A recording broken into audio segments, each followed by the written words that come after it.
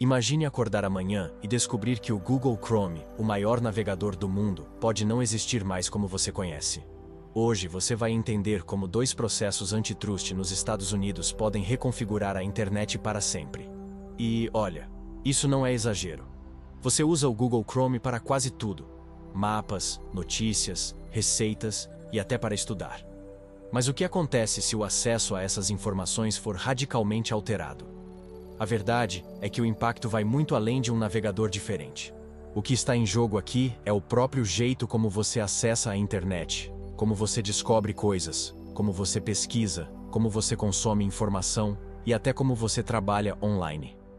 Para entender como chegamos até aqui, precisamos voltar para 2020.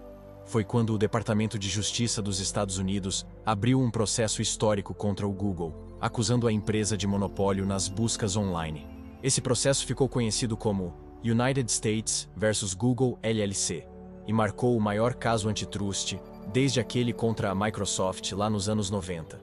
E olha só, depois de 4 anos de batalha nos tribunais, em agosto de 2024, um juiz federal confirmou: sim, o Google exerce monopólio nas buscas da internet.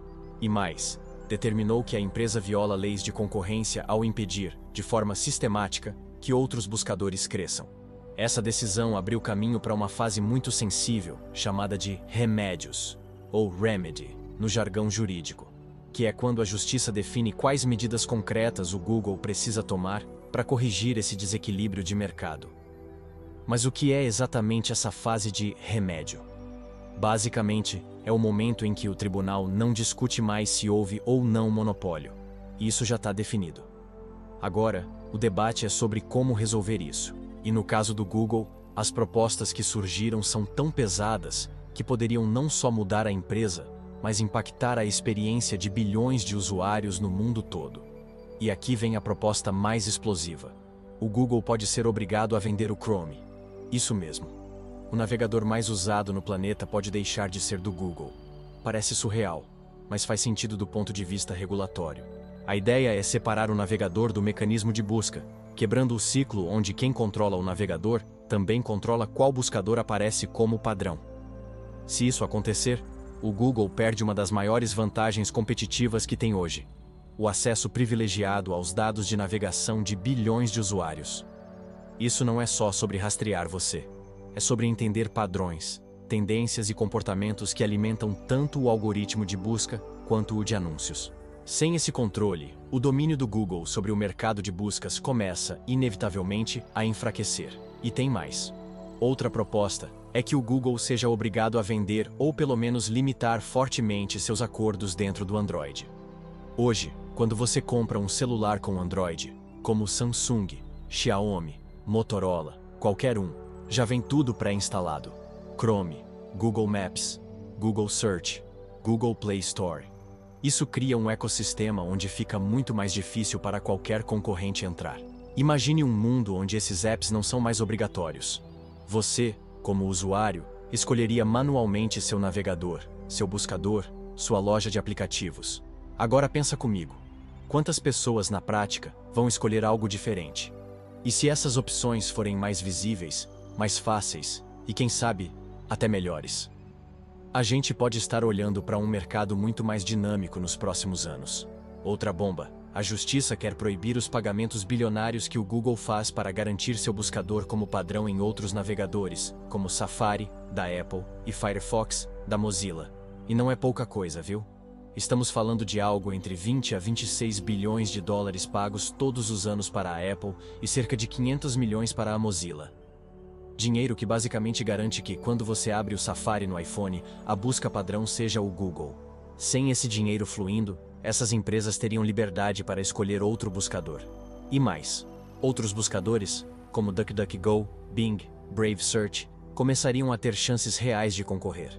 E talvez o remédio mais controverso de todos: obrigar o Google a licenciar seus dados de busca. Isso significa que qualquer empresa poderia, pagando uma taxa, ter acesso ao gigantesco banco de dados do Google, com informações sobre cliques, palavras-chave, tendências e comportamento dos usuários.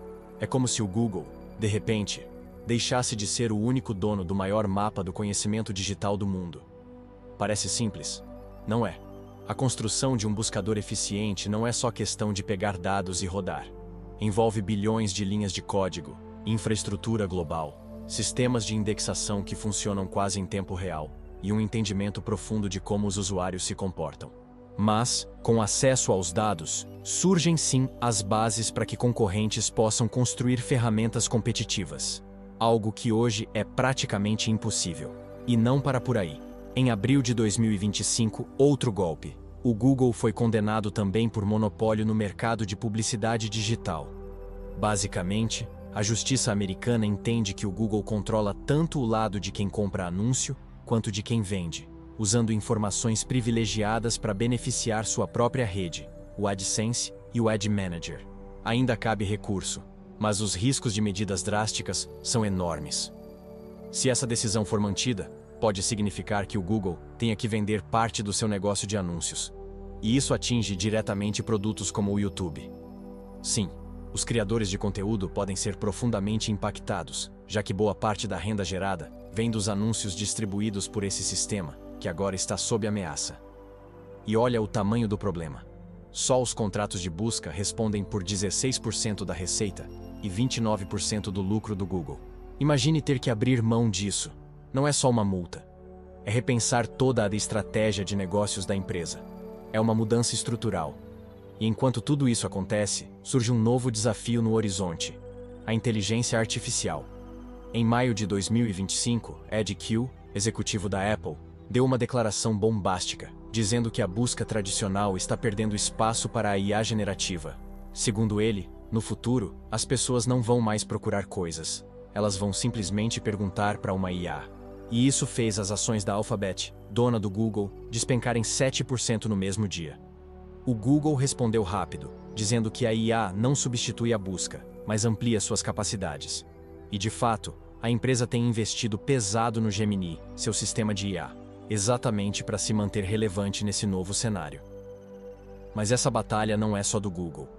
A Meta enfrenta processos gigantescos por abuso de poder no mercado de redes sociais. A Apple está sendo pressionada para abrir sua App Store para pagamentos externos. A Amazon também é alvo de investigações sobre como lida com dados de vendedores dentro da sua plataforma. E aqui fica a grande pergunta: e se tudo isso realmente acontecer? E se o Google for obrigado a vender o Chrome, abrir mão do Android e reformular seu negócio de publicidade?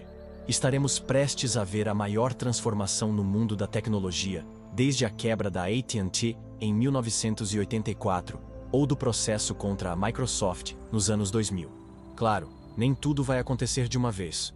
Os processos são longos, cheios de apelações, negociações e acordos. Mas o recado dos reguladores está dado. O tempo das Big Techs fazerem o que quiserem está chegando ao fim. O que está em jogo aqui não é só a briga de gigantes. É o futuro da internet como você conhece. Por isso, se você quer continuar acompanhando como isso tudo se desenrola, não esquece. Curta, comente, compartilhe, se inscreva no canal, ative o sininho e, claro, deixe aí sua opinião. O que você acha? É o fim do domínio do Google?